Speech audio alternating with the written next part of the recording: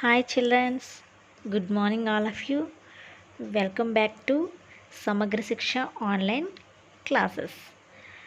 How are you, children? I hope you are all doing good and staying safe, children. Don't go outside and eat healthy food and drink hot water. Okay, children? Okay. I am P. Venkatlashmi, Social Security, working as KGPV, Maradmilli. Okay. Now we are going to discuss the ninth class second paper in 13th lesson.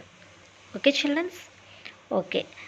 The lesson name Democratic and Nationalist Revolutions 17th and 18th centuries. What is the lesson name, children? Democratic and Nationalist Revolutions 17th and 18th centuries. 17 మరియు 18వ శతాబ్దాలలో democratic అంటే ప్రజాస్వామిక, Nationalist జాతీయవాదం and revolutions విప్లవాలు ఏ విధంగా జరిగాయి ఇప్పుడు మనం తెలుసుకుందాం. Okay childrens, see here childrens keywords: glorious revolution, divine right, aristocracy, monarchy, directory, fraternity, and last one is National Assembly. Okay, children, please note these keywords. And topic is England, the Glorious Revolution. What is the name? England, the Glorious Revolution. అంటే England మహోన్నతమైన విప్లవం.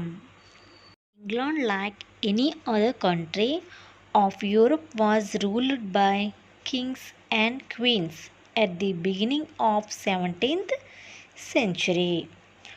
All the regions of Britain, England, Wales, Scotland and Ireland had been united by the Tudor dynasty kings. 17వ శతాబ్దం ఆరంభంలోనే యూరప్లోని ఇతర దేశాలలోనే ఇంగ్లాండ్లో కూడా ఎవరు పరిపాలించేవారంట? Yes, Kings and queens, రాజులు రాణులతో పరిపాలింపబడేది. అయితే బ్రిటన్లోని అన్ని ప్రాంతాలకు కూడా ఇప్పుడు మనం చెప్పుకున్నాం కదా, England, Wales, Scotland, Ireland, Tudor, ఎన్ని దేశాలకు కూడా వంశపు రాజులు ఎలా నియమించుకునేవారంట? ఏకీకృతం చేసేవారంట. The Tudors refused to accept the authority of the Pope, who was the head of Roman Catholic Church. Roman Catholic చర్చ్కి అధిపతి అయిన పోప్ అధికారాన్ని అంగీకరించడానికి ట్యూడర్ రాజులు తిరస్కరించారంట. అంటే పోపు చర్చికి అధికారికంగా ఉండకూడదు అని వీళ్ళందరూ కూడా తిరస్కరించడం అనేది జరిగిందంట. బ్రిటిష్ జాతీయవాదానికి ఇది ఒక ఆరంభం వంటిది. బ్రిటిష్ ప్రజలు ఒక ప్రత్యేకత కలిగిన వాళ్ళని, రోమన్ కాథలిక్ చర్చ్ పోప్ నుంచి వాళ్ళకి స్వయంగా ప్రతిపత్తి ఉండాలని వాళ్ళు భావించేవారంట. అయితే కొంతకాలానికి రాజ్యంలో ఏమైంది? అత్యున్నత అధికారం ఎవరికి ఉండాలనే అంశంపై పార్లమెంట్కి రాజుకి మధ్య ఏం జరిగిందంట? ఘర్షణ అనేది మొదలయ్యింది. In 1603 James I of started dynasty became the king of England. He disputed the powers of Parliament to question him. He believed that the absolute powers of the kings were given by God and kings ruled by divine right, and therefore they should not be controlled by the Parliament. 603లో ఏం జరిగిందంట? Stuart వంశానికి చెందిన James I ఇంగ్లాండ్కి king, రాజు అయ్యాడు. తనను ప్రశ్నించటానికి పార్లమెంటుకి ఉన్న అధికారాలతో అతడు విభేదించాడు. రాజుకి ఉండే సర్వాధికారాలు దేవుడి నుంచి లభించాయని, ఈ దైవదత్త హక్కులతో రాజులు పరిపాలిస్తారని, కాబట్టి వాళ్ళని పార్లమెంట్ ప్రశ్నించకూడదని అతను బాగా నమ్మేవాడంట. He was succeeded by Charles I, who dissolved the parliament and ruled for 11 years without parliament. In 1640, he was forced to convene the parliament for giving special grants as he needed money to fight some wars. James I తర్వాత అధికారంలోకి ఎవరిచ్చారు? Charles I. ఈయన పార్లమెంటును రద్దుపరిచి అది లేకుండా 11 సంవత్సరాల పాటు రాజ్యాన్ని పరిపాలించారు. అయితే కొన్ని యుద్ధాలు చేపట్టడానికి అతడికి పార్లమెంట్ ప్రత్యేక నిధులను కూడా కేటాయించడం వలన 1640లో పార్లమెంటును అతడు సమావేశపరచలేక తప్పలేదు. Charles I took advantage of difference within the parliament and tried to arrest his opponents. A civil war started between parliamentary party and the king's party, which lasted for 5 years. Charles Iకి చెందిన మంత్రులు, అధికారులు అందరూ కూడా ఈ సుదీర్ఘ పార్లమెంట్లో శిక్షించింది. Charles I ఏర్పాటు చేసిన ఒక ప్రత్యేకమైన కోర్టులను అది రద్దు చేయడం జరిగింది. పార్లమెంటులోని విభేదాలను ఆసరాగా చేసుకొని తన ప్రత్యర్థులందరినీ కూడా ఖైదు చేయటానికి చార్లెస్ I ప్రయత్నించడం జరిగింది. అయితే పార్లమెంటరీ రాజు పార్టీ మధ్య అంతర్యుద్ధం మొదలయ్యి ఇది 5 ఏళ్ల పాటు ఆ విధంగా కొనసాగింది. Ultimately, Charles I was defeated and executed in 1649 and England became republic. అంతిమంగా 1649లో చార్లెస్ I ఓడించబడి ఆఖరికి ఆయన్ని ఉరితీయడం జరిగింది. తర్వాత ఇంగ్లాండ్ గణతంత్ర దేశం అయింది. అయితే ఈ గణతంత్ర ప్రభుత్వం ప్రయోగం ఎక్కువ కాలం అనేది కొనసాగలేదు. Next topic is glorious or bloodless revolution. Thus parliament supremacy was established and paving way for democracy. Now the power of the king was not a divine right, but it was conferred by parliament. The supreme power was transferred to parliament. All this took place without shedding a drop of blood or firing a single shot. This transformation, therefore, is known as glorious or bloodless revolution. England సింహాసనాన్ని అధిష్ఠించాల్సిందిగా parliament కోరిందంట. ఎవరిని? 1688లో ఆరెంజ్కి చెందిన విలియంని, అతడి యొక్క భార్య అయిన మేరీని. అనంతరం ఒక కొత్త విధానాన్ని రూపొందించారు. దీని ప్రకారం మంత్రులు పార్లమెంటుకి జవాబుదారీగా ఉండాలని రాజు అధికారులను పరిమితం చేశారు. అయితే పార్లమెంటుకు సర్వోన్నత అధికారాన్ని ఇచ్చి ప్రజాస్వామ్యానికి దారి వేశారు.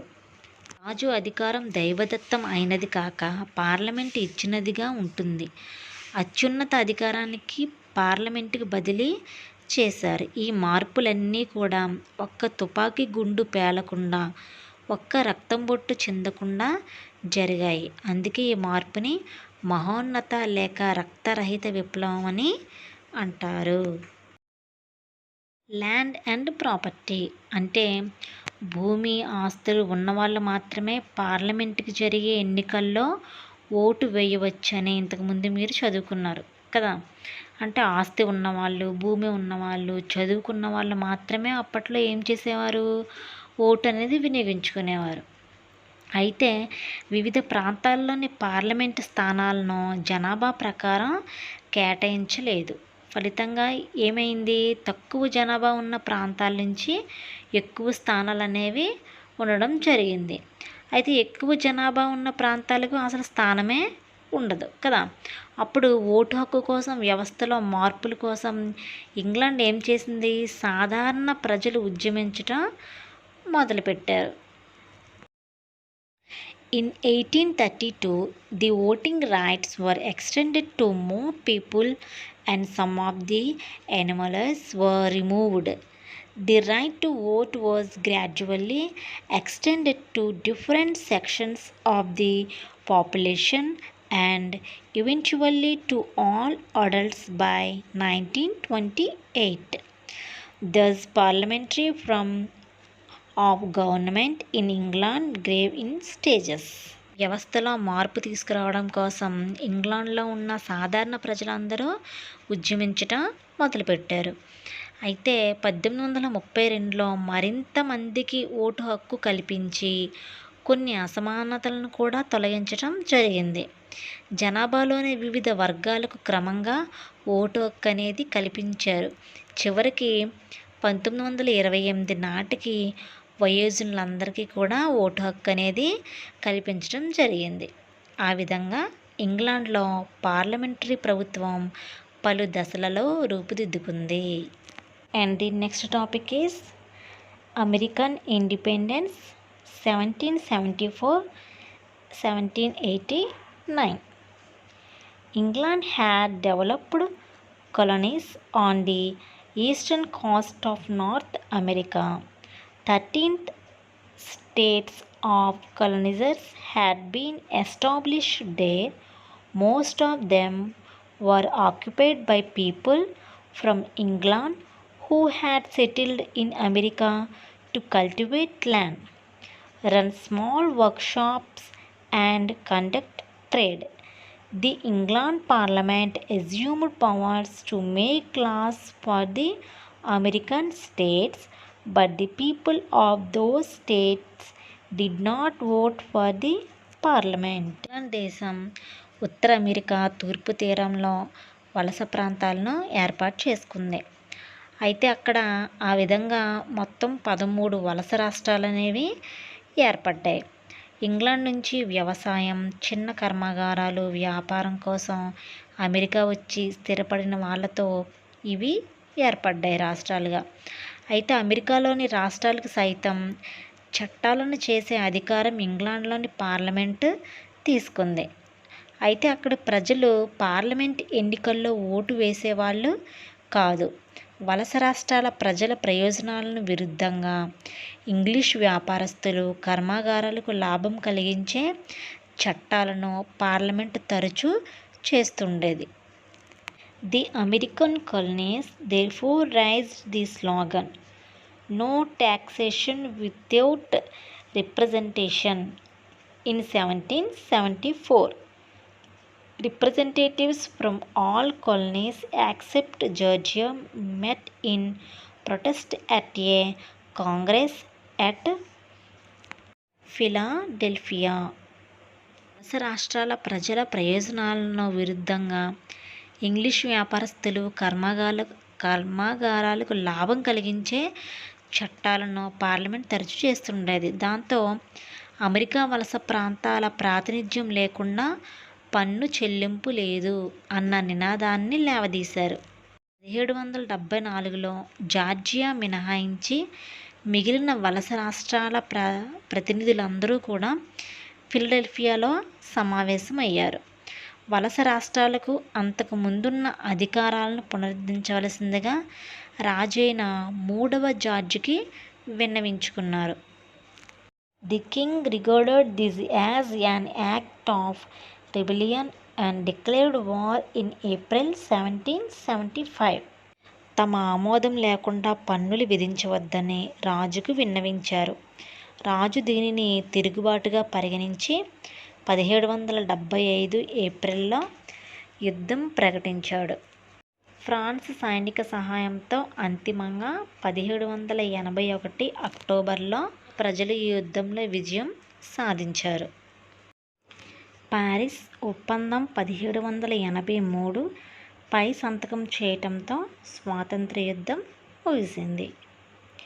Okay, and the next topic is French revolution. French revolution, French విప్లవం. In 1774, Louis ascended the throne of France. He was 20 years old and married to the Austrian Princess Marie Antoinette.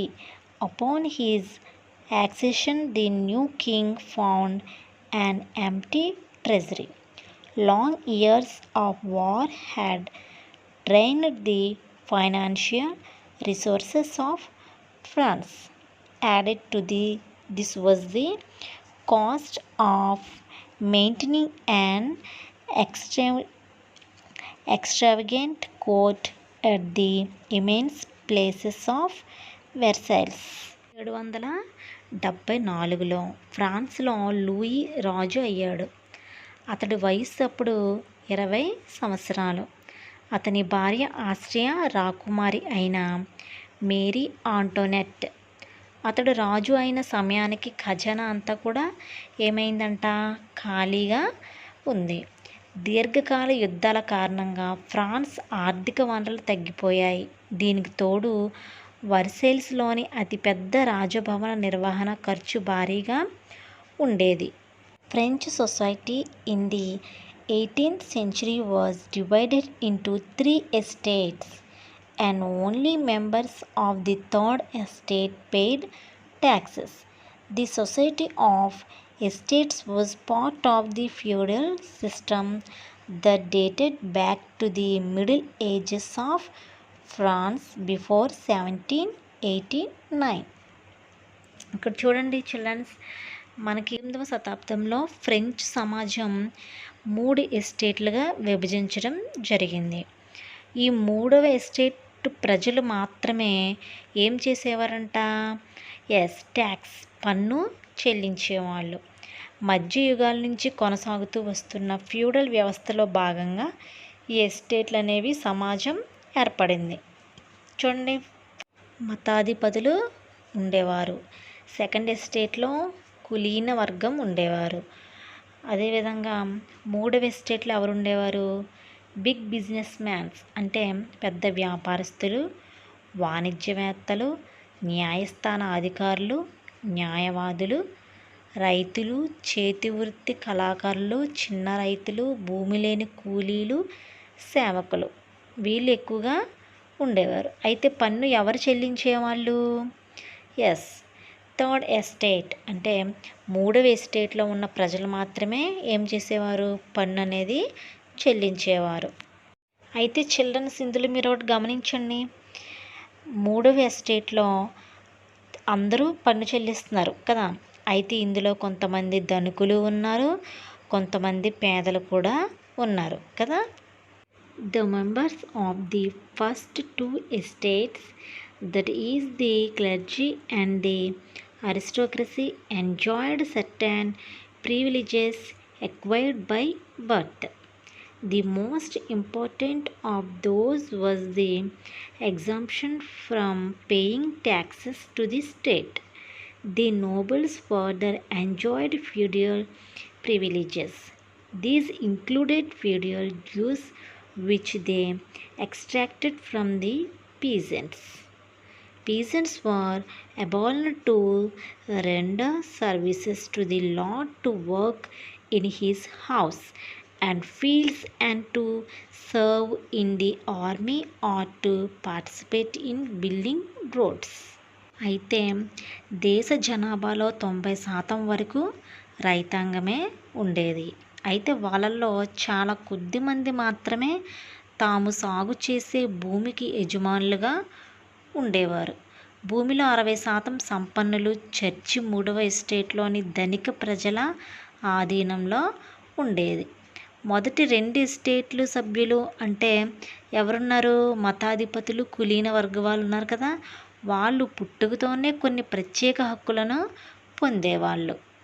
వీటిలో అన్నిటికంటే ముఖ్యమైనది ప్రభుత్వానికి పన్నులు కట్టడం నుంచి మినహాయింపు. ఇప్పుడు చూడండి, మత గురువులు ఉన్నారు, తర్వాత కులీన వర్గాల వాళ్ళు కూడా ఉన్నారు కదా. అయితే వాళ్ళకి మినహాయింపు, పన్ను చెల్లించడంలో మినహాయింపు ఉంది. కులీన వర్గాలకు మరికొన్ని ఫ్యూడల్ హక్కులు అనేవి కూడా ఉండేవి. దీంట్లో రైతాంగం నుంచి వసూలు చేసే ఫ్యూడల్ పన్నులు ఒకటి. ఎక్కువగా ట్యాక్సెస్ అనేవి ఎవరి దగ్గర నుంచి వసూలు చేసేవారు? రైతాంగం నుంచే వసూలు చేసేవారు. ప్రభువుకి వాళ్ళ ఇంట్లో పొలాల్లో రైతాంగం పనులు చేసి పెట్టాలి. ఏం చేసేవారు అప్పట్లోని? వాళ్ళ పొలంలోనే కాకుండా వాళ్ళ ఇళ్లల్లో కూడా పనులు అనేవి చేయించుకునేవారు. అలాగే సైన్యంలో కూడా వాళ్ళు పని చేయాల్సి వచ్చేది. రోడ్ల నిర్మాణం వంటి వాటిల్లో కూడా వాళ్ళు పాల్గొనేవారు. Church to extract it's share of taxes called tithes from the peasants. And finally, all members of the third estate had to pay taxes to the state.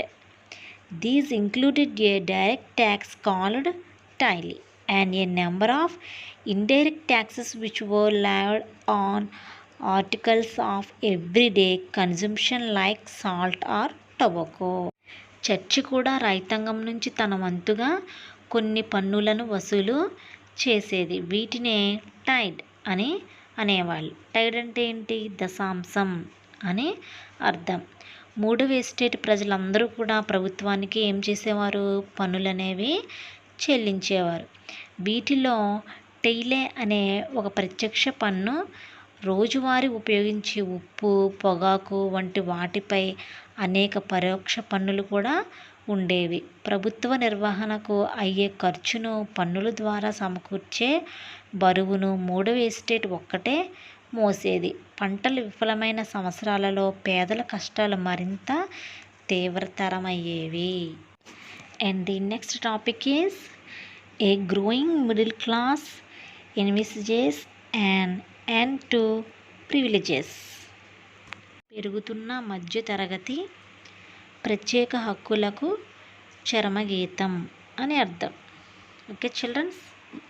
Okay, now in the past peasants and workers had participated in revolts against increasing taxes and food scarcity, but they lacked the means and programs to carry out full-scale measures that would bring about a change in the social and economic order. పెరుగుతున్న పన్నులు, ఆహార కొరతకు వ్యతిరేకంగా గతంలో కూడా రైతాంగం, కార్మికులు తిరుగుబాట్లలో పాల్గొన్నారు. అయితే సామాజిక ఆర్థిక వ్యవస్థలో పూర్తి స్థాయి మార్పు తీసుకురాగల కార్యక్రమం కానీ, చర్యలు కానీ వాళ్ళ వద్ద ఏమీ కూడా లేవు. ఈ బాధ్యత విద్య, కొత్త భావనలు ఉన్న మూడవ ఎస్టేట్లోని సంపన్న వర్గాలపైనే పడింది. This was left to those groups with in the third estate which had becomes prosperous and had access to education and new ideas. The 18th century witnessed the emergence of new social groups collectively termed the middle class. 18వ శతాబ్దంలో కొత్త సామాజిక బృందాలు అనేవి ఏర్పడ్డాయి. వీటన్నిటిని కలిపి మధ్యతరగతిగా వ్యవహరించడం మొదలుపెట్టారు. అయితే పెరుగుతున్న విదేశీ సముద్ర వాణిజ్యం, ఉన్ని, పట్టు వస్త్రాల తయారీ వంటి వాటి ద్వారా వీళ్ళంతా కూడా సంపన్నులయ్యారు. వ్యాపారస్తులు వస్తు ఉత్పత్తిదారులే కాకుండా మూడవ ఎస్టేట్లో న్యాయవాదులు, పాలనా యంత్రాంగ అధికారులు, వృత్తి నిపుణులు కూడా ఉండేవాళ్ళు. వీళ్ళందరూ కూడా విద్యావంతులే. Philosophers such as John Locke and Jean Jacques Rousseau investigate a society based on freedom and equal laws and opportunities for all in his two treatises of government. John Locke, Jean Jacques Rousseau వంటి తత్వవేత్తలు అందరికీ స్వాతంత్రం, సమాన చట్టాలు, సమాన అవకాశాల ఆధారంగా ఏర్పడిన సమాజాన్ని కలలు కన్నారు. తన టూ ట్రెజిటిస్ ఆఫ్ గవర్నమెంట్ అన్న వ్యాసంలో లాక్ రాచరికపు దైవదత్త సంపూర్ణ హక్కును ఖండించడానికి ప్రయత్నించాడు. ఈ భావనను రూసో ముందుకు తీసుకువెళ్ళి ప్రజలు వాళ్ళ ప్రతినిధుల మధ్య సామాజిక ఒప్పందంపై ఆధారపడిన ప్రభుత్వాన్ని ప్రతిపాదించాడు. The spirit of laws. Montesquieu proposed a division of power within the government between the legislature, the executive, and the judiciary. This model of government was put into force in the USA after the 13 colonies declared their independence from Britain. Spirit of laws అనే గ్రంథంలో ప్రభుత్వంలో విధాన, కార్యనిర్వాహక, న్యాయ విభాగాల మధ్య అధికార విభజనను మాంటెస్క్యూ ప్రతిపాదించాడు. ఈ రకమైన ప్రభుత్వ విధానాన్ని బ్రిటన్ నుంచి స్వాతంత్రం పొందిన అమెరికాలోని 13 రాష్ట్రాల్లో కూడా అమల్లో పెట్టాయి. అమెరికా రాజ్యాంగం కల్పించిన వ్యక్తిగత హక్కులకు హామీ ఇవ్వడం అనేవి ఫ్రాన్స్లోని రాజకీయ మేధావులకి ఆదర్శంగా ఇవి నిలిచాయి. And the next topic is the outbreak of the revolution. The outbreak of the revolution అంటే పెళ్ళుబికిన విప్లవం. In France of the old regime the monarch did not have the power to impose taxes according to his will alone. Rather, he had to call a meeting of the Estates General, which would then pass his proposals for new taxes. The Estates General was a legislative body to which the 3 estates sent their representatives. However, the monarch alone could decide when to call the meeting of this body. The last time it was done was in 1614. అంటే ఫ్రాన్స్లోని పురాతన పాలనలోని రాజుకి తన ఒక్కడి ఇష్టం ప్రకారమే పన్నులు విధించే అధికారం లేదు. ఎస్టేట్స్ జనరల్ సమావేశపరిచే కొత్త పన్నులను దాన్ని ఆమోదాన్ని ఎవరు పొందుతారు? రాజు పొందేవారు. ఎస్టేట్ జనరల్ శాసనసభ వంటిది. దీనికి 3 ఎస్టేట్ల నుంచి ప్రతినిధులు ఉండేవాళ్ళు. అయితే ఈ సభను ఎప్పుడు సమావేశపరచాలో రాజు మాత్రమే నిర్ణయిస్తాడు. ఈ సభ ఆఖరి సమావేశం ఏ సంవత్సరంలో జరిగింది? 1614లో జరిగింది. On 5th May 1789, Louis XVI called together an assembly of the Estates General to pass proposals for new taxes. ఈ విధంగా 1789లో మే 5న కొత్త పన్నుల ప్రతిపాదనను ఆమోదించడానికి లూయి 16 ఎస్టేట్స్ జనరల్ను సమావేశపరిచాడు. ప్రతినిధుల సమావేశం కోసం వర్సైల్స్ మందిరాన్ని తీర్చిదిద్దారు. మొదటి 2 ఎస్టేట్లు ఒక్కొక్కటి 300 మంది ప్రతినిధులు పంపించాయి. వీళ్ళు 2 వైపులా ఎదురెదురుగా కూర్చొని ఉండడం జరిగింది.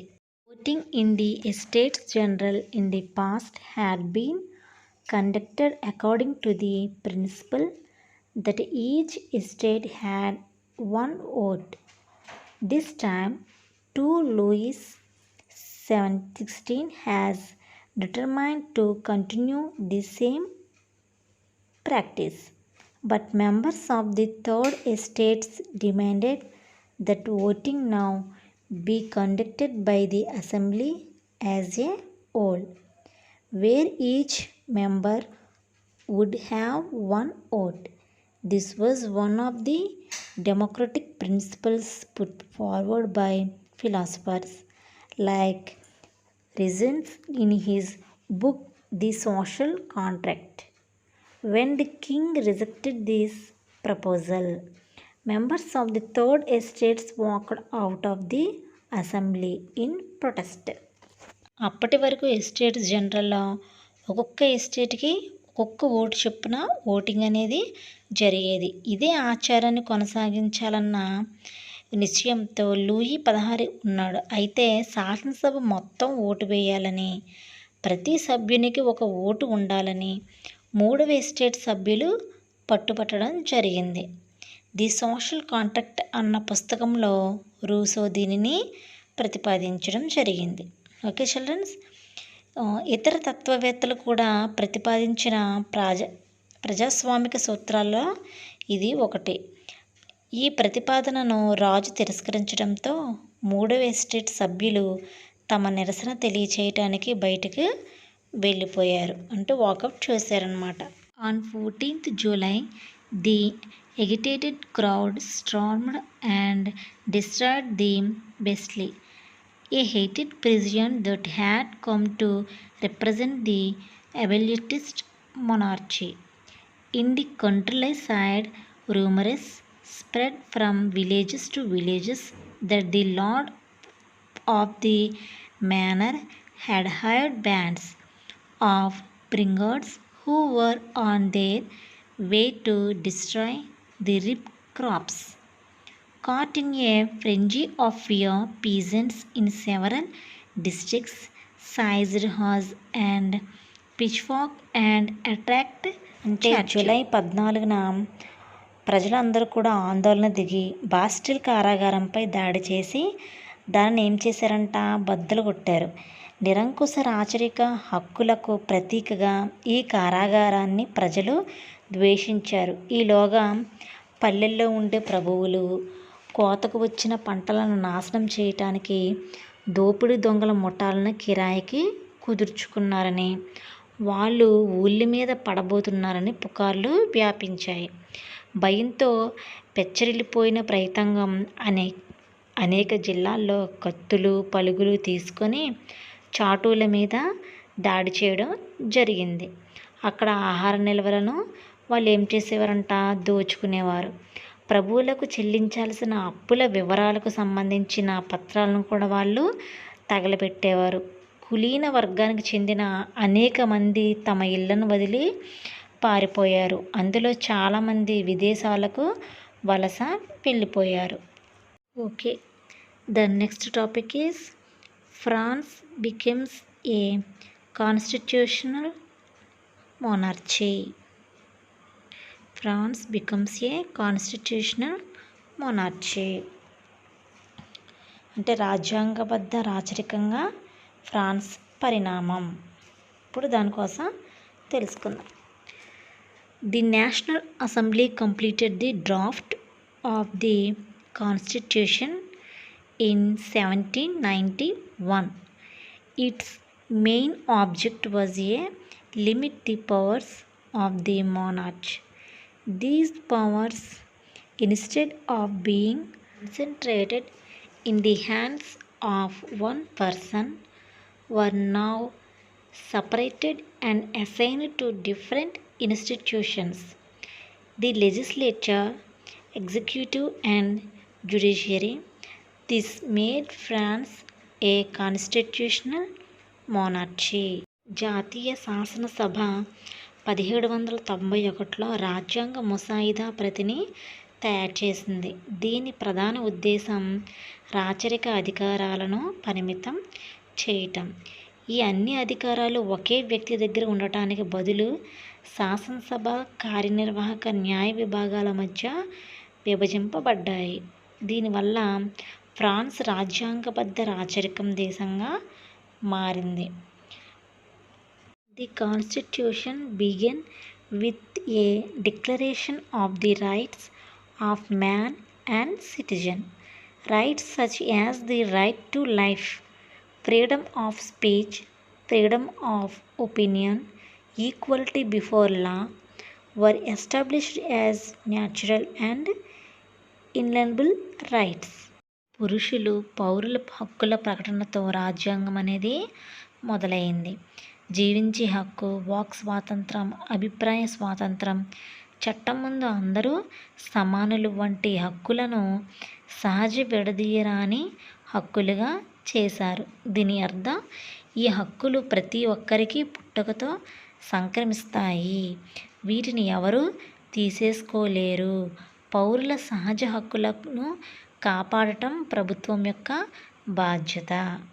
Large sections of the population were convinced that the revolution had to be carried further as the Constitution of 1791 gave political rights only to the richer sections of society. 1991 రాజ్యాంగం సమాజంలోని ధనిక వర్గాలకు మాత్రమే రాజకీయ హక్కులు అనేది ఇచ్చింది. కాబట్టి విప్లవ పంద మరింత ముందుకు సాగాలని జనాభాలోని అధిక శాతం ప్రజలు భావించడం జరిగింది. In the summer of 1792 the Jacobins planned an insurrection of a large number of Parisians who were angered by the short supplies and high prices of food. On the morning of August 10, they stormed the places of the Paris, massacred the king's guard, and held the king himself as hostage for several hours. Later, the assembly voted to imprison the royal family. Elections were held. From then on, all men of 21 years and above, regardless of wealth, got the right to vote. ఆహార పదార్థాల కొరత, వాటి అధిక ధరలతో కోపోద్రిక్తులైన అధిక సంఖ్యాక Paris ప్రజలతో 1792 వేసవిలో జకోబిన్లు ఒక తిరుగుబాటుకి ప్రణాళిక వేయడం జరిగింది. ఆగస్టు 10 ఉదయం ట్యులెరీస్ మహల్ మీదకు దండెత్తి రాజు రక్షకభటులను చంపేసి అనేక గంటల పాటు రాజునే బందీగా ఉంచారు. ఆ తరువాత రాచరిక కుటుంబాన్ని చెరసాల పాలు చేయాలని శాసనసభ తీర్మానించింది. దాంతో ఎన్నికలు జరిగాయి. అప్పటి నుంచి సంపదతో సంబంధం లేకుండా 21 సంవత్సరాలు దాటిన పురుషులందరికీ ఓటు హక్కు అనేది లభించింది. Okay childrens. ఓకే, నా next topic is the reign of terror. The reign of terror అంటే బీతావహ పాలన. The period from 1793 to 1794 is referred to as the Reign of Terror. Robespierre followed a policy of severe control and punishment. All those whom he saw as being enemies of the Republic, ex-nobles and clergy members of other political parties, even members of his own party who did not agree with his methods, were arrested, imprisoned, and then tried by a revolutionary tribunal. If the court found them guilty, they were guillotined. 1793-1794 మధ్య కాలాన్ని బీతావాహక పాలనగా పేర్కొంటారు. తీవ్ర నియంత్రణ, శిక్షల విధానాన్ని రాబిస్పియర్ అనుసరించాడు. రిపబ్లిక్కి శత్రువులుగా అతడు భావించిన వాళ్ళందరినీ, ఒకప్పటి కులీనులు, మత గురువులు, ఇతర రాజకీయ పార్టీల సభ్యులు, అతడి పద్ధతులతో ఏకీభవించని అతని పార్టీ సభ్యులను సైతం అందరినీ కూడా అరెస్ట్ చేసి జైలుకి పంపించి విప్లవ ట్రిబ్యునల్ ద్వారా విచారించేవాళ్ళు. వాళ్ళు దోషులుగా న్యాయస్థానం నిర్ణయిస్తే గిలిటిన్ ద్వారా చంపేసేవాళ్ళు. వేతనాలు, ధరల మీద కూడా పరిమితి విధిస్తూ రాబిస్పియర్ ప్రభుత్వం చట్టాలు చేసింది. మాంసం, రొట్టెలకు రేషన్ విధించారు. రైతులు పండించిన ధాన్యాన్ని పట్టణాలకు రవాణా చేసి ప్రభుత్వం నిర్ణయించిన ధరలకు అమ్మేలా నిర్బంధించేవారు. ఖరీదైన తెల్లపిండి అంటే మైదాపిండి వాడటాన్ని నిషేధించారు. ప్రజలందరూ మొత్తం గోధుమ పిండితో చేసిన రొట్టెలను మాత్రమే తినాలని ఆదేశించారు. చర్చిలను మూసివేసి వాటి భవనాలను సైన్యానికి, ప్రభుత్వ కార్యాలయానికి ఇచ్చివేశారు. Okay, the next topic is a directory rules France. A directory rules France అంటే ఫ్రాన్స్లో డైరెక్టరీ యొక్క పరిపాలన. The fall of the Jacobin government allowed the wealthier middle classes to seize power. A new constitution was introduced which denied the vote to non property sections of society. It provided for two elected legislative councils. These then appointed a directory and executive made up of 5 members. This was meant as a safeguard against concentration of power in a one-man executive as under the Jacobins. జకోబిన్ ప్రభుత్వం పడిపోవటంతో సంపన్నులు మధ్యతరగతి వర్గానికి అధికారాన్ని చేజిక్కించుకుంది.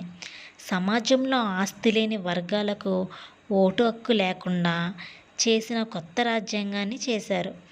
ఎన్నికైన 2 శాసనసభ సంఘాలకు ఇది అవకాశం కల్పించింది. ఇవి 5 సభ్యులతో కూడిన కార్యనిర్వాహక వర్గాన్ని ఎన్నుకుంటాయి. దీనినే డైరెక్టరీ అని అంటారు. Okay, the next topic is women and French revolution.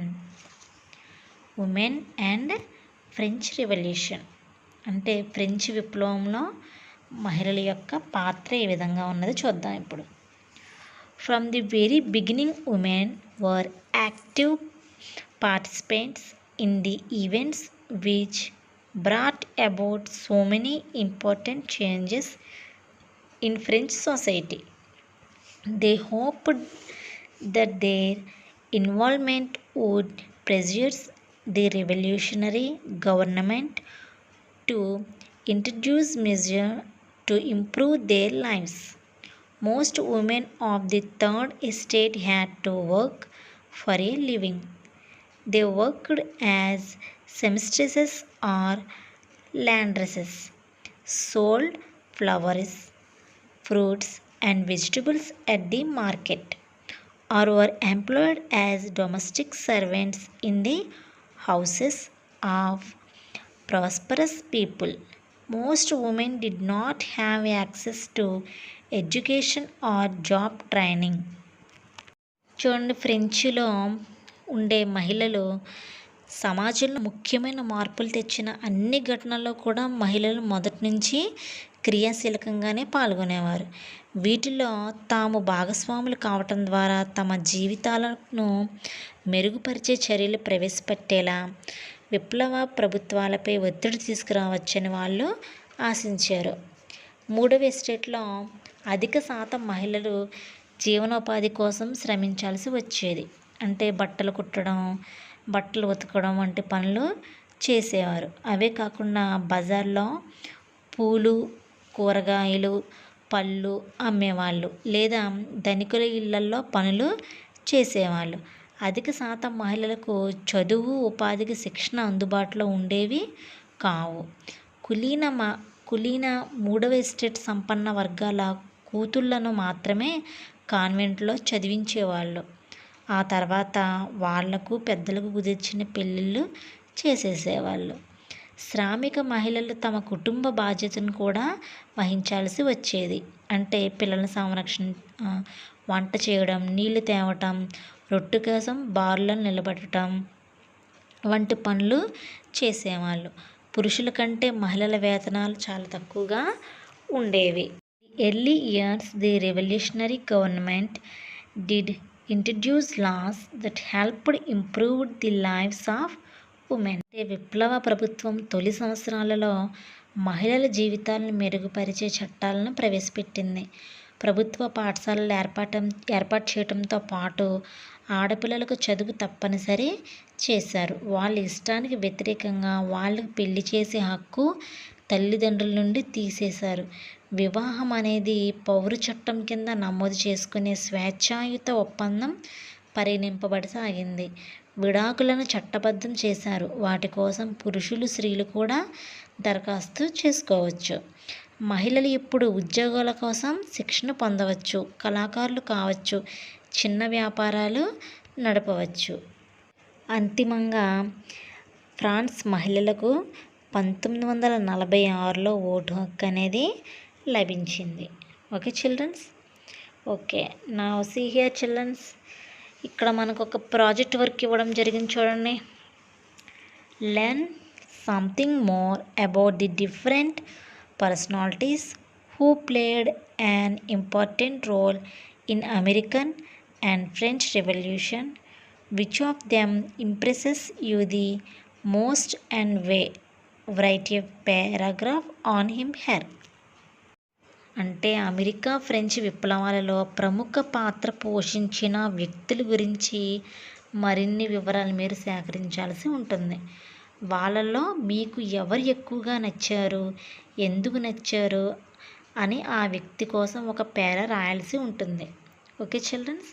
So gather చేయండి, ఆన్లైన్లో కానీ యూట్యూబ్లో కానీ బుక్స్లో కానీ మీరు ఏ విధంగా అయినా సరే గ్యాదర్ చేసి ప్రిపేర్ చేయండి.